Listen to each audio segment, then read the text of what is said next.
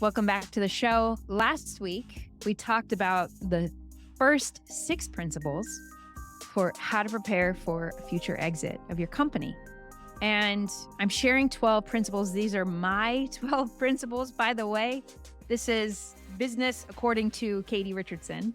And last week, we talked about hard skills, things like building a brand and intellectual property. And I kind of went into a little bit of detail on specifically how to do that.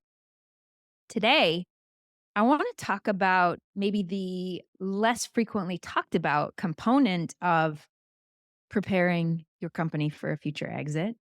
And that includes 6 soft skills that you need as an entrepreneur.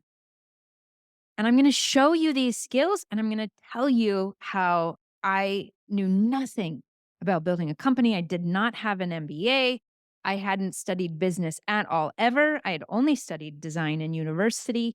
And when I started my building our business, when we started building our business, we learned business from the School of Hard Knocks. And yes, incredible books like Rich Dad, Poor Dad, 4 Hour Work Week. Thank you, Tim Ferriss.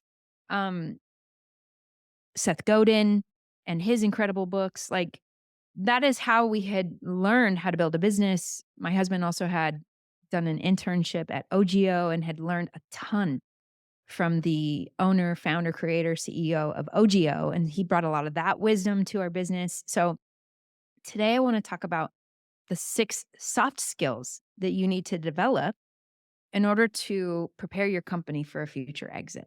Okay, let's hop into it. Number 7 is to know your intangible value.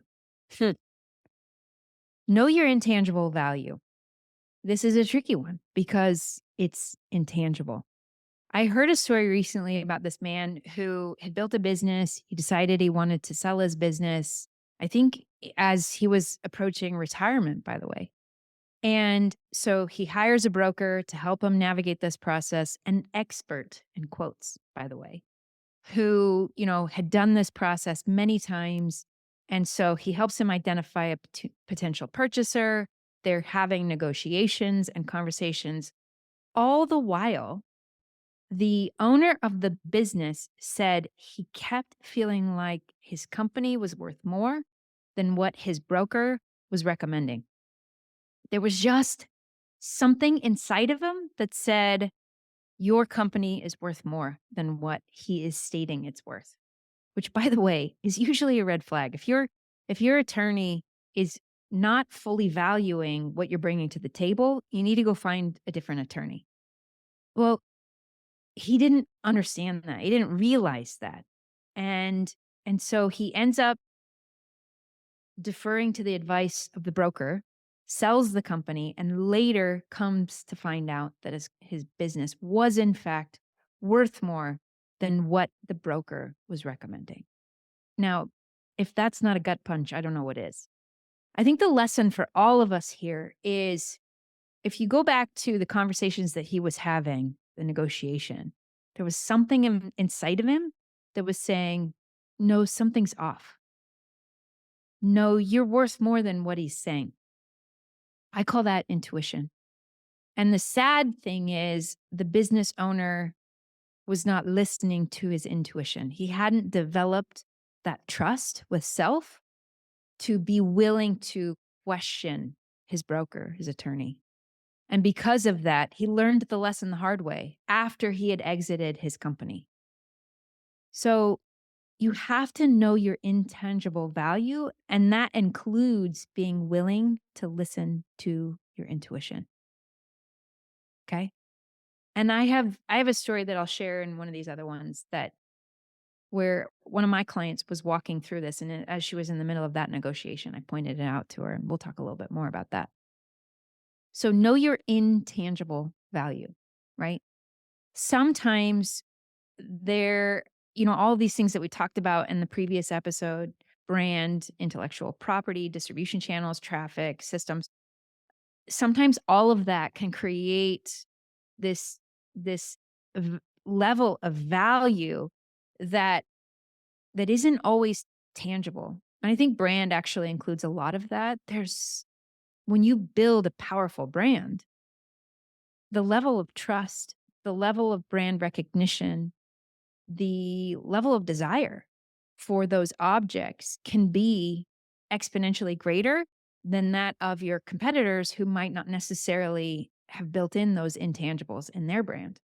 And so knowing your intangible value and being willing to stick with it, like the unfortunate example of the gentleman that I just shared. Step number 8 in soft skills to develop as you're prepping for the future exit of your company is always be talking with interested parties. This is a lesson that I learned really early on. I remember I was talking with somebody and I would get requests really early on when I was not interested in selling my company from people who wanted to be in that conversation with me and wanted to be in those negotiations. And because I wasn't interested in selling, I thought, well, why should we have that conversation?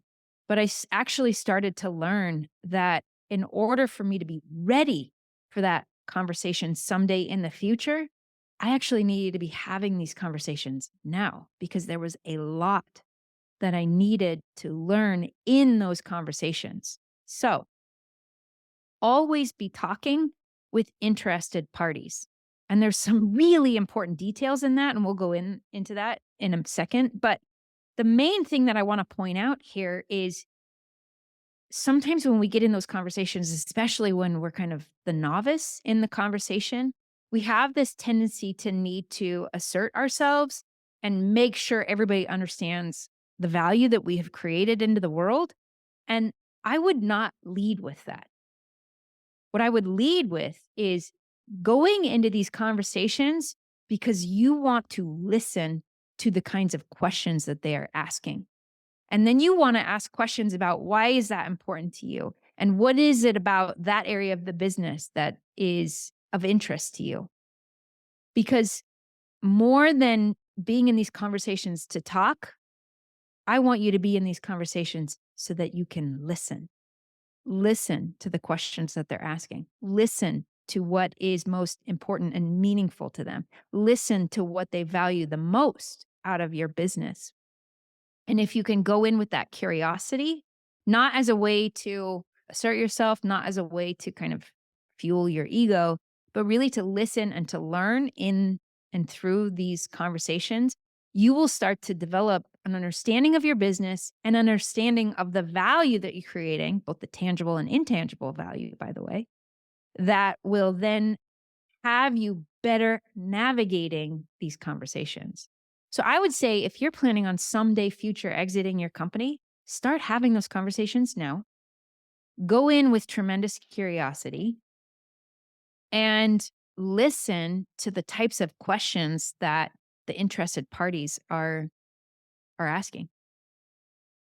Number 9 is find who would value you the most.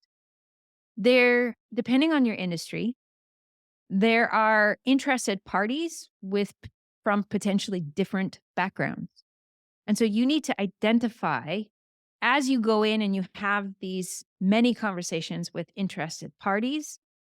I would also have you paying attention to that industry and why is your company, your brand, your product, your service potentially of value to somebody in that industry.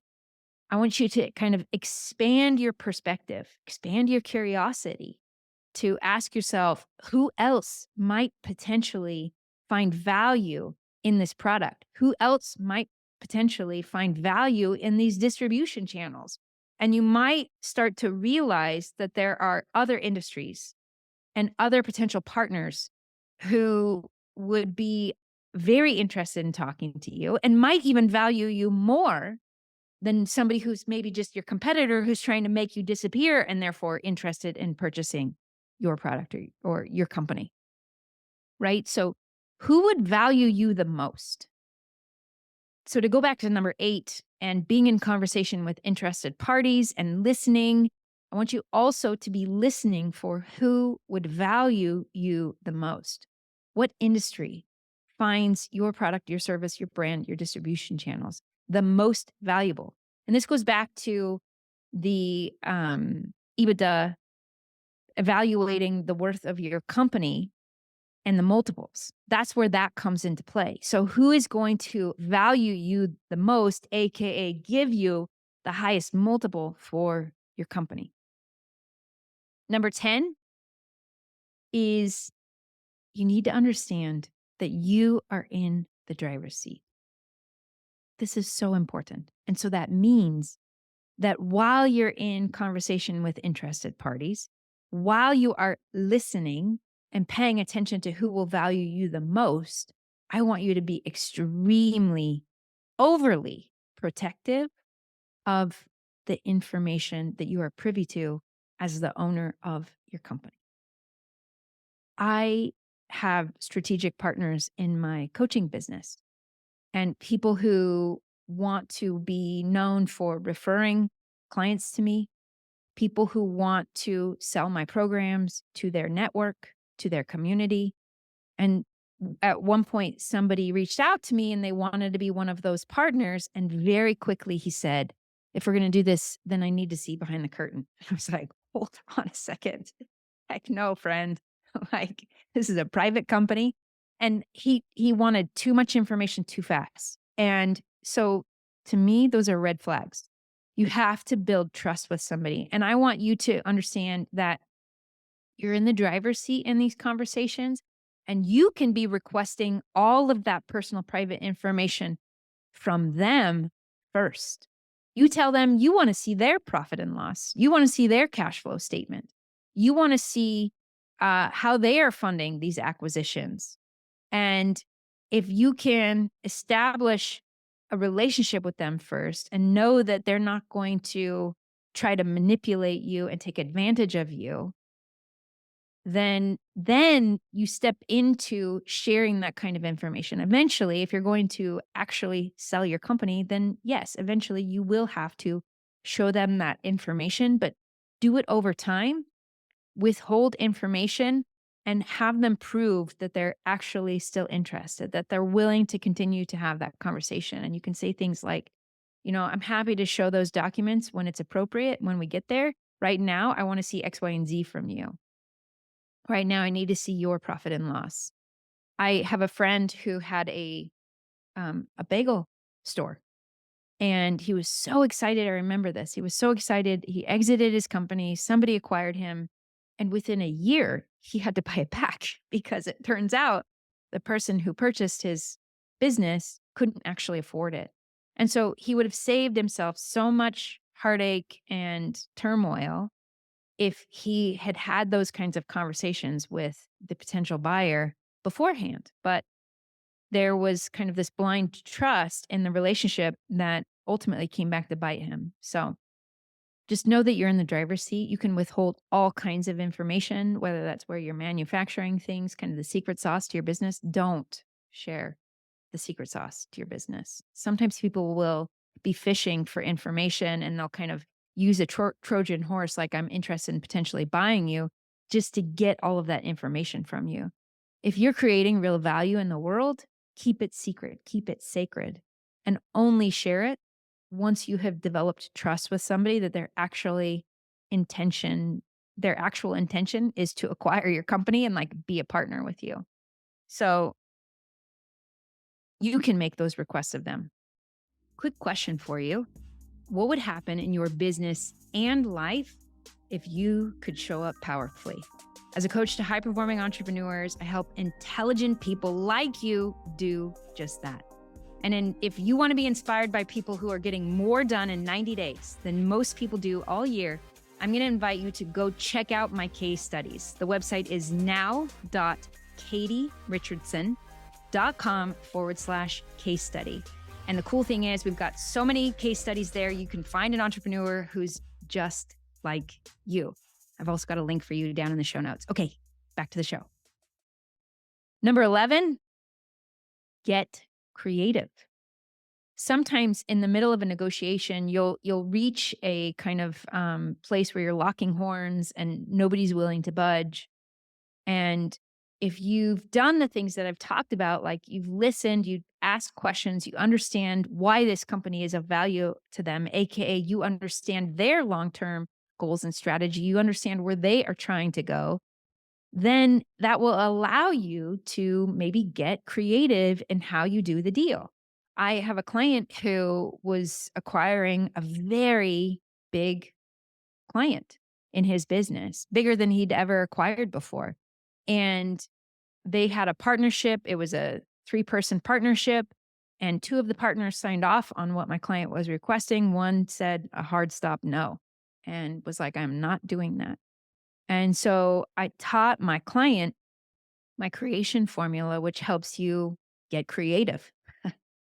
And he took step number 2, and all kinds of light bulbs were going off in his head when I showed him step number 2, and he was like, "Oh my gosh, I know how to go back to that partnership and rearrange the deal so that we're all getting what we want and need, by the way, but it's arranged differently." And that then will allow all of them, including that third partner, it will allow all of them to sign off on it, and we'll be able to hit the ground running, which is what happened for him. So the deal went from being dead to like everyone was firing on all cylinders. So get creative. Know what your partner wants and needs. Also know what you want and need, and get creative in how you can align your interests so that it's a heck yes for everybody. Okay. And number 12 is you have to be willing to walk away. I feel like that is cliche. Don't let it be cliche. Don't say that, but not actually have that intention that you've created within your heart. So, that same client who was having this negotiation with potentially the biggest partner he'd ever had, what was interesting is to start the negotiation, they came to him. He was not interested. He wasn't chasing after them. They came to him and said, "What would it take?" And he said, "Do you mean that?" And they said, "Yes." And so he came back with a very big demands. And they actually said yes to most of it. But they said, there's a couple things here that we can't totally sign off on. And so they went back and forth. Well, what happened over time as they were going back and forth is he started to become needy and desperate of the deal. Oh my gosh. Once these guys are my client, what's like everyone's going to respect me. I'm finally going to be taken seriously. And he started to become needy and desperate of the deal. That's when he started to lose it, by the way. So that's when they started to pull back and pull away once he started to become needy and desperate. So you have to be willing to walk away. So what did we do? I coached him on where it was showing up, how it was showing up in his language, and specifically how he'd created this needy and desperate energy within him. And I could feel it every time that we would talk about this negotiation. And so he had to genuinely destroy that, eliminate that. And, I have a process for helping people to understand once you've gotten into that place, into that danger zone of where you're needy and desperate of the money, where you're needy and desperate of what are people now I'm going to be respected. Now I'm going to be taken seriously. And, similarly to number 1, where I was talking about know your value and your intuition can speak that to you. The same is true here.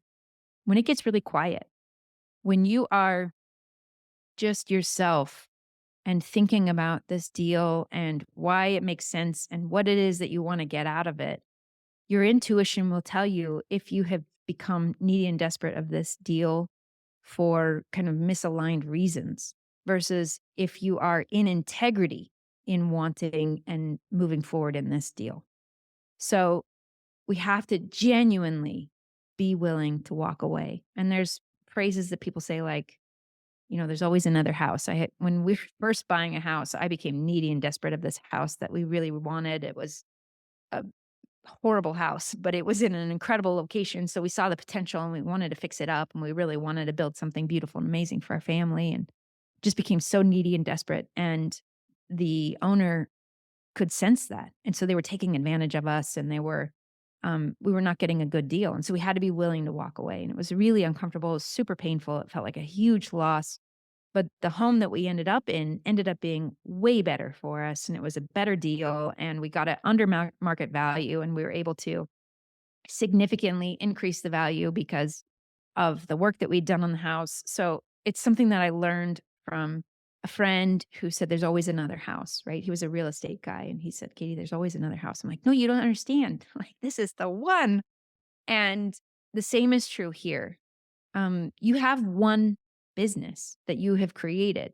And so you have to be willing to walk away and understand and listen to your intuition, because it will tell you when you become needy and desperate. And that's where you become disempowered in the situation. That's when you become a victim to the negotiation. And we, in a sense, are held hostage, and we have to get a deal because we've become so needy and desperate. And that is a deal that will not serve you. That is a deal that won't benefit you, that won't bring you the results and the outcome that you actually wanted, and the whole reason why you have pursued exiting a company. So, number 12, be willing to walk away. These are, from my experience, 6 soft skills that will kind of make or break the deal. And also, by the way, determine what sort of multiple that you get in these negotiations. If you don't value you, then how in the world are they going to optimally value you? So you have to understand your value, and you have to have been in enough of these kinds of conversations that you can hold your own in these negotiations, and that you will not become a victim to your desperation. And so, can you know and understand your value? Can you be in these conversations? Can you listen and ask powerful questions in these negotiations where you can actually see what your potential partner is valuing in your company, and then therefore optimally arrange the deal in a way that you're getting what you want and need, and they are getting what they want and need? And I'm going to say these soft skills, they take a lot of time and repetition. So the best time to start developing these soft skills is right now, today. Right now, when you're not necessarily in these negotiations, and you're not even necessarily in a desperate situation where you have to sell your company. Now is the time to develop those skills. Now is the time to really understand how to navigate them, and to even kind of regulate your emotions and your nerves by having these conversations repeatedly, so that you don't get hijacked by your fear. You don't get hijacked by your desperation. And you can have these conversations from a grounded place where you can show up powerfully. You're not a victim. You're not going to be pushed around by some unintegrous potential partner. And you can start developing these powerful skills today. So if you want to know more specifically, more tangibly, how you can start developing these soft skills, I feel like soft skills, powerful skills. If you want to understand how to develop these powerful skills, then I'm going to invite you to go look at the case studies of my clients. This is the huge value that I bring to the coaching that I do. It's really developing this powerful operating system. And it helps you show up powerfully in these conversations, and it helps you navigate them in a way where you are optimally getting compensated for the tremendous value that you have created into the world. So go to now.katierichardsson.com/case study, and you can go find incredible clients like Chris, who, once he did the calculations on the potential value of his company, immediately started asking new questions. He was like, Katie, that's not enough. I want. And so he started asking questions like, how do I expand regionally? Do I acquire other companies? Do I add new services to my company? So go look at Chris. I'm going to invite you to go look at Liam, who had become the bottleneck in his business and was like so, uh, so driven by winning that he was starting to get into his own way, and he had become the bottleneck in his business. And so you can go see how I helped him go from working 120 hours a week down to like 40 to 50. It fluctuates. Sometimes it's 40 to 50, sometimes it's up to 60, but he works way less. And the beautiful thing is, he thought that he was going to have to put his relationship with his wife and his kids and even his relationship with God on the back burner until he had built a significant business that then gave him the luxury of time and energy to be present in those other relationships And what I taught him was that you actually, if you sacrifice those things now, they won't be there. And in fact, the more powerful way to build your business is to do it in a way where you do have a deep relationship with your spouse. You do have a deep relationship with your kids. And it's actually the better thing for your business. And I'm going to show you how to do that. And within 90 days, he was working half as many hours and the business was doing highest revenue it ever had. So it's super counterintuitive. And yet I've witnessed when I teach people these principles and I empower them with how to actually apply them, it very quickly both accelerates their progress towards the goals they hadn't been able to accomplish, and it makes life more significant and meaningful in ways that they could have only dreamed of previously. So that is my invitation to you. Go check out those case studies. There's also a link to the case studies in my Instagram profile, katie.live.